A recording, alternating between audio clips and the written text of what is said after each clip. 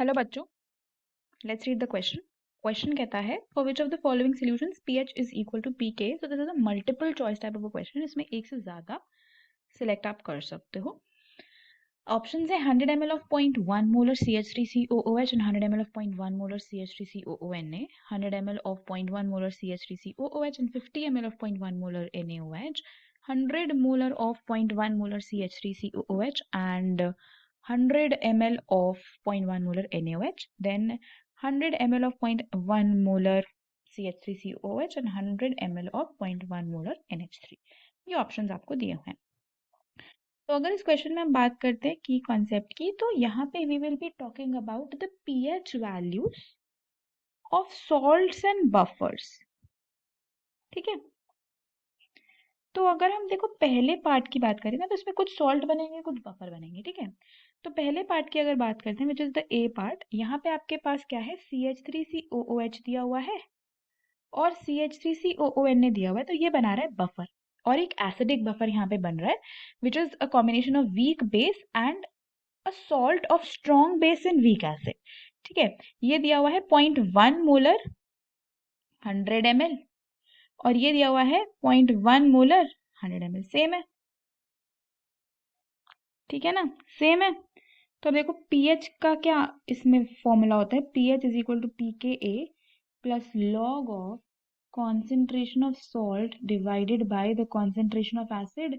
तो इस केस में तो कॉन्सेंट्रेशन सेम है, तो यहाँ पे pH is equal to pKa हो जाएगा ना, तो इस केस में हो गया।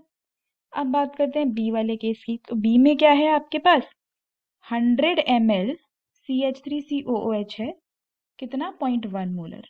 ठीक है, और 50 ml NaOH है 0.1 मोलर।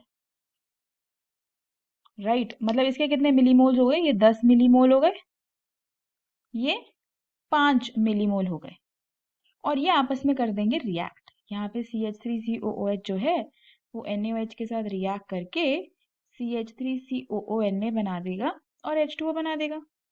अब इसके 10 मिलीमोल है, इसके 5, जब ये रिएक्ट करेगा तो इसके 5 बच जाएंगे, पूरा यूज हो जाएगा, ये 5 बच जाएंगे। अब ये बफर बन गया ना, इसके 5 मिलीमोल, इसके 5 मिलीमोल, ये भी बफर ही है, ये भी एक बफर ही बना रहे हैं।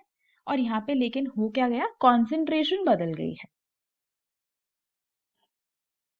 Sorry, the concentration is same, concentration same है ना।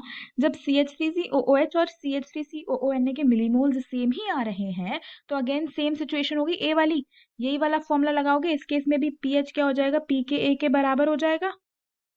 इस केस में भी हो जाएगा ना, बिल्कुल सेम, दोनों की कॉन्सेंट्रेशन सेम है, पहले वाले पार्ट की जैसा ही बन गया ये। बस इसमें बफर हमें डायरेक्ट नहीं दिया हुआ था, हमने रिएक्शन करके बना दिया। राइट, सी वाला जो पार्ट है उसमें क्या है, 100 ml आपके पास एसिड है और उतना ही बेस है। अब इस केस में क्या हो जाएगा, न्यूट्रलाइजेशन। यहाँ पे CH3COOH NaOH के साथ रिएक्ट करके बनाएगी तो यही CH3COONA और H2O, लेकिन यहाँ पे हाइड्रोलिसिस हो जाएगा। ठीक है, यहाँ पे क्या हो जाएगा, हाइड्रोलिसिस हो जाएगा।